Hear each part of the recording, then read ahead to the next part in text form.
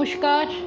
এক বিন্দু অমৃতবাণী এই সমবেত অনুধ্যানে আমরা আলোচনা করছি স্বামীজির প্রভাব নেতাজির জীবনে। সুভাষচন্দ্রের সতীর্থ চারুচন্দ্র গাঙ্গুলি বলেছেন, সুভাষের সঙ্গে আবাল্য খুব ঘনিষ্ঠভাবে মিশেছি, তাই আমি জোর করে বলতে পারি যে বিবেকানন্দের প্রভাব যদি সুভাষের উপর না পড়ত তবে সুভাষ নেতাজি হতো না।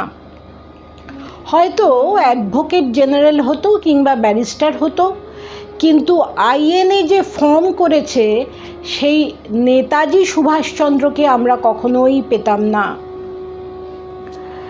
সুনীতি কুমার চট্টোপাধ্যায় বলেছেন, সুভাষচন্দ্র বিবেকানন্দের দ্বারা অত্যন্ত প্রভাবিত হয়েছিলেন এবং পরবর্তীকালে আমার মনে হয়েছে বিবেকানন্দের প্রভাব ছাড়া যে সুভাষচন্দ্রকে ভারতবর্ষ দেখেছে তার আত্মপ্রকাশ সম্ভবই ছিল না। রমেশচন্দ্র মজুমদার লিখেছেন, নেতাজি সুভাষচন্দ্র বসুর জীবনে যে স্বামীজির খুব বেশি প্রভাব ছিল, নেতাজির সহিত কথোপকথনে আমি তাহার বহু পরিচয় পাইয়াছি। স্বামীজি ভারতবর্ষ পরিব্রাজনকালে সাধারণ মানুষের চরম দারিদ্র্য, জাতিবিদ্বেষের ফলস্বরূপ অসংখ্য মানুষের প্রায় পশুবৎ জীবনযাপন, শিক্ষার অভাব, স্বাস্থ্য ব্যবস্থার দুর্দশা স্বচক্ষে দেখে গভীর দুঃখ অনুভব করেছিলেন। ওই সময় তিনি নানা বিষয় নিয়ে ভাবনা চিন্তা করতেন, যা তার বাণী ও রচনায় স্থান পেয়েছে। তরুণ সুভাষচন্দ্র যখন গোগ্রাসে স্বামী বিবেকানন্দের বক্তৃতা পত্রাবলী পড়েছিলেন, তখন অন্য অনেক মূল্যবান কথার সঙ্গে এই প্রেরণাপ্রদ কথাগুলিও পেয়েছিলেন। তোমরা প্রত্যেকে বরং ঘোর নাস্তিক হও, কিন্তু আমি তোমাদের কুসংস্কারগ্রস্ত নির্বোধ দেখিতে ইচ্ছা করি না। ফুটবল খেলিলে তোমরা স্বর্গের আরও নিকটবর্তী হইবে। তোমাদের শরীর একটু শক্ত হইলে তোমরা গীতা আরও ভালো বুঝিবে। নেতাজি যখন গোগ্রাসে স্বামী বিবেকানন্দের পত্রাবলী পড়তেন, এই প্রেরণাদায়ক কথাগুলো তাকে খুব আকর্ষণ করত।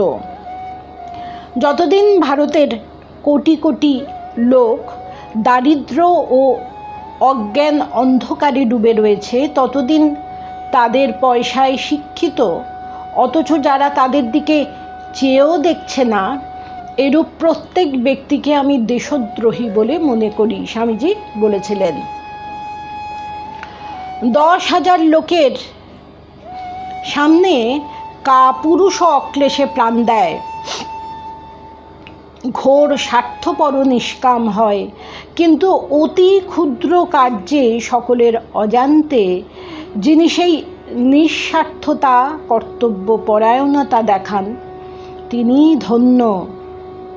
সে তোমরা ভারতের চিরপদদলিত শ্রমজীবী।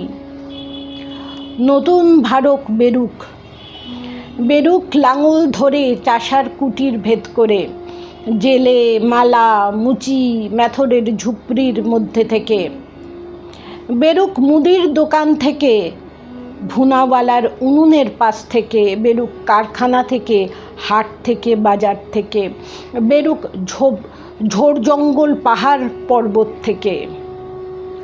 আগামী 50 বৎসর আমাদের গরীয়সী ভারত মাতাই আমাদের আরাধ্য দেবতা হউন। আমাদের নিজেদের মাতৃভূমির পক্ষে হিন্দু ও ইসলাম ধর্মস্বরূপ এই দুই মহান মতের সমন্বয় একমাত্র আশা।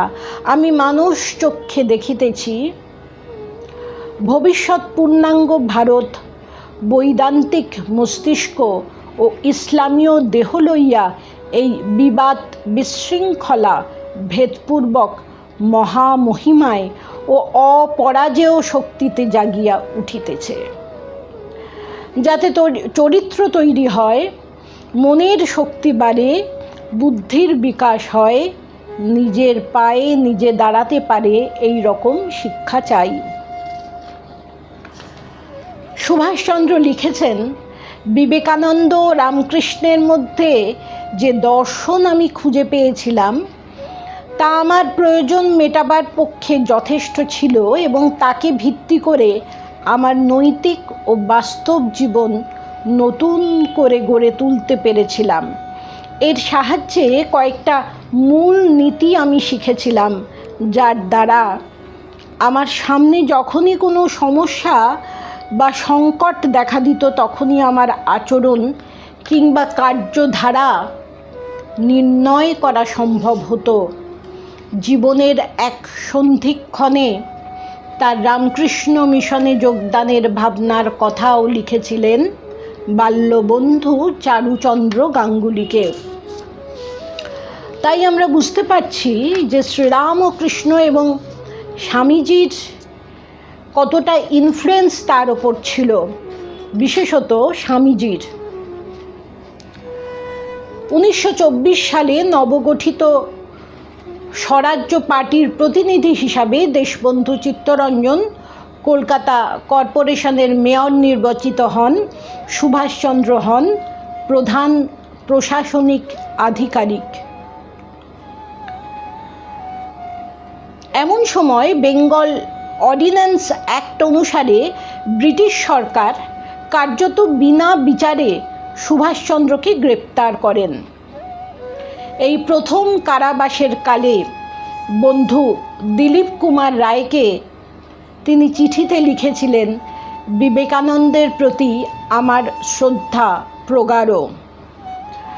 1926 সালে ব্রহ্মদেশের মান্দালয় জেলে অন্তরীণ অবস্থায় তিনি তার কলকাতার এক সতীর্থকে চিঠি লিখে যুবক যুবতীদের আদর্শের কথা বিস্তারিতভাবে জানান। সেখানে যেন স্বামী বিবেকানন্দের কথারই প্রতিধ্বনি শুনতে পাওয়া যায়।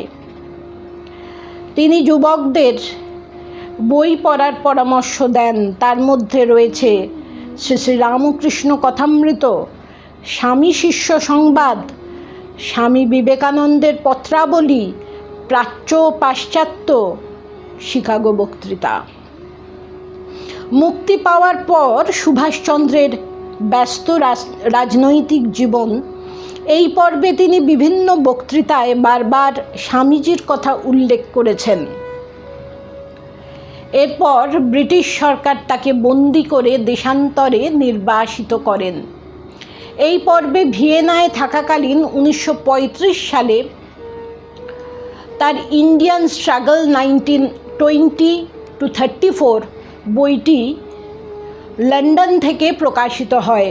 তার ভূমিকায় তিনি ভারতবর্ষের তৎকালীন সংগ্রামে শ্রীরামকৃষ্ণ এবং স্বামী বিবেকানন্দের প্রভাবের কথা শ্রদ্ধার সঙ্গে উল্লেখ করেছেন।